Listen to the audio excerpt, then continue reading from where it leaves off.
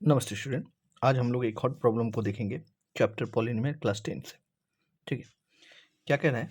Show given below is the graph of a quadratic polynomial y equals to x square plus के x plus 12 without finding the value of k find the root of the given quadratic equation, show your step.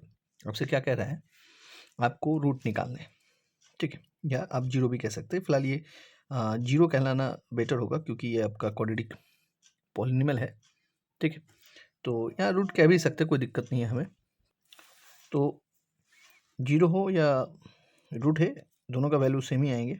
तो फिलहाल root भी दे सकते हैं, अगर आपका equal to zero कर दे कोई दिक्कत नहीं, इस क्वेश्चन वैलिड है दोनों के लिए। तो यहाँ आपको इसका, ये अगर अल्फ़ा मान लेते हैं और ये बीटा मान लेते हैं, तो आपको अल्फ़ा और बीटा निकालना है। आपको without finding the value of के बिना निकाल कर आपको अल्फ़ा और बीटा का वैल्यू लाना है। ठीक है, तो हम लोग मान लेते हैं let alpha and beta be the, मानते हैं let alpha beta be roots of X square plus के एक्स प्लस 12। ठीक है, इक्वल्स टू जीरो भी बोल सकते हैं, या नहीं भी बोलेंगे तो जीरो बोलना था, रूट बोल दिए हैं तो इक्वेशन यूज़ करेंगे। ठीक है, नहीं भी करेंगे इस क्वेश्चन के लिए क्योंकि उन्होंने रूट बोला है, तो कोई दिक्कत नहीं। ठीक है, तो देन अल्फ़ा क्वेश्चन के हिसाब से, मतलब फिगर के हिसाब से अल्फ़ा क्या होगा और बीटा क्या होगा। ठीक है, और फिर हम लोग relation between the alpha beta का देखेंगे, प्रोडक्ट ऑफ अल्फ़ा। तो प्रोडक्ट ऑफ अल्फ़ा क्या हो सकता है सर? क्वेश्चन के हिसाब से प्रोडक्ट ऑफ अल्फ़ा होंगे means alpha and beta means product of roots क्या हो जाएंगे?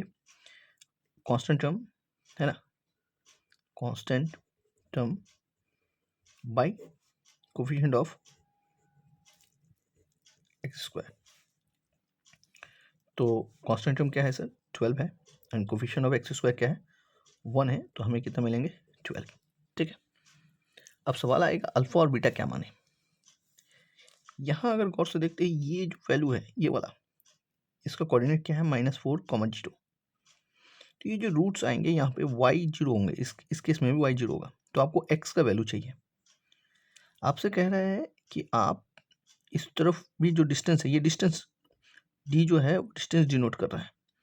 -4 से इस जगह तक इस कोऑर्डिनेट का जो डिस्टेंस है वो d है, और इस तरफ भी d है। अगर मेरा यहाँ -4 है, मान लीजिए d का वैल्यू 1 होता है डिस्टेंस, तो इस तरफ अगर जाएंगे तो एक घर पीछे जाएंगे तो -3 होगा, और एक घर आगे आएंगे तो -5 होगा।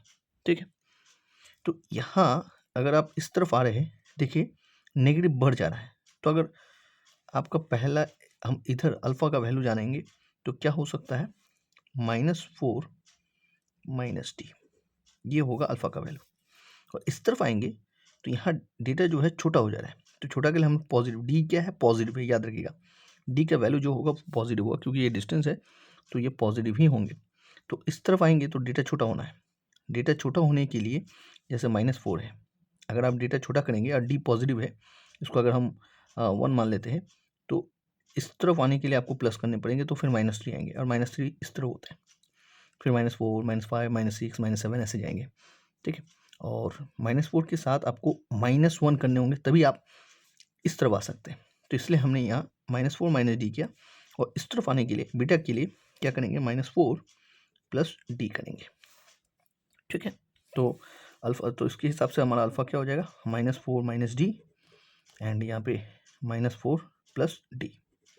तो आप दोनों की तरफ से आप माइनस कॉमन ले लीजिए, यहाँ से माइनस निकालिए बाहर, तो आपको 4 + d मिलेंगे, और यहाँ से भी माइनस कॉमन निकालेंगे तो आपको मिलेगा 4 - d।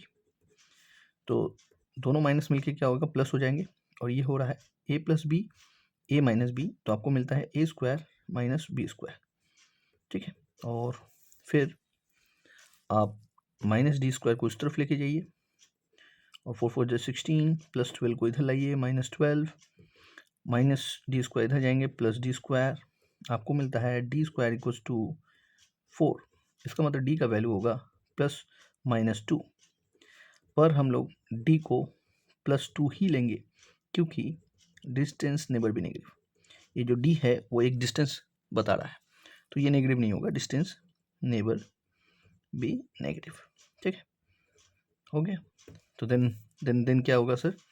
देयरफॉर अल्फा का वैल्यू क्या हो जाएगा? मीन्स रूट्स आर, है ना, कहेंगे रूट्स आर अल्फ़ा, अल्फ़ा कितना है -4 minus D, that means -4 plus plus है या माइनस है +2 मीन्स -2 -6 हो गया, और बीटा हो जाएगा आपका -4 + 2 दैट मीन्स -2। ये आपका रूट्स है, ठीक है, -6 एंड -2। उम्मीद करता है आपको समझ में आए होंगे। Thank you.